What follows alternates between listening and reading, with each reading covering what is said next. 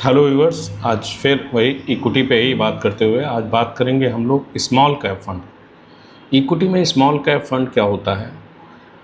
जैसा कि मैंने पहले की भी वीडियो में बताया है, यहाँ पे कैप डिसाइड होता है मार्केट कैप से, उनकी कैपिटल के वेटेज से। तो एज़ पर जो नॉर्म्स हैं, सेबी के नॉर्म्स हैं कि एज़ पर मार्केट कैपिटल जो 251 से लेकर के अगली यानी 500 तक की जो कंपनियां होंगी वो स्मॉल कैप कंपनियां कहलाएंगी।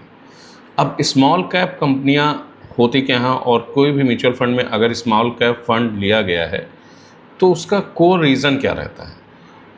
तो सबसे पहले ये देखिए कि स्मॉल कैप फंड जो बेसिकली म्यूचुअल फंड का जिसके में इन्वेस्टमेंट 251 से लेकर के 500 की कंपनियों तक में होना है, ऐसे फंड होते हैं जहां पर, या स्मॉल कैप ऐसी कंपनियां होती हैं जहां पर फ्यूचर की पॉसिबिलिटीज़ बहुत ज़्यादा है, पोटेंशियल बहुत ज़्यादा है, रिटर्न भी बहुत बनने की पॉसिबिलिटीज़ हैं, बट पैरेलली रिस्क भी उसी में होता है।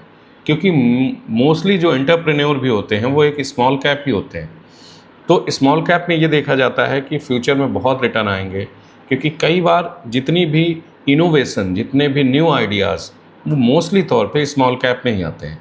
तो अगर आप स्मॉल कैप म्यूचुअल फंड लेना चाह रहे हैं या म्यूचुअल फंड के अंदर स्मॉल कैप फंड है, तो मेजरली वो स्मॉल कैप कंपनीज में ही लगाएगा, एज़ पर जो रेगुलेटर के या जो रिस्ट्रिक्शंस हैं कि किसी भी स्मॉल कैप म्यूचुअल फंड के अंदर बेयर मिनिमम 65% पैसा स्मॉल कैप कंपनीज में ही लगेगा।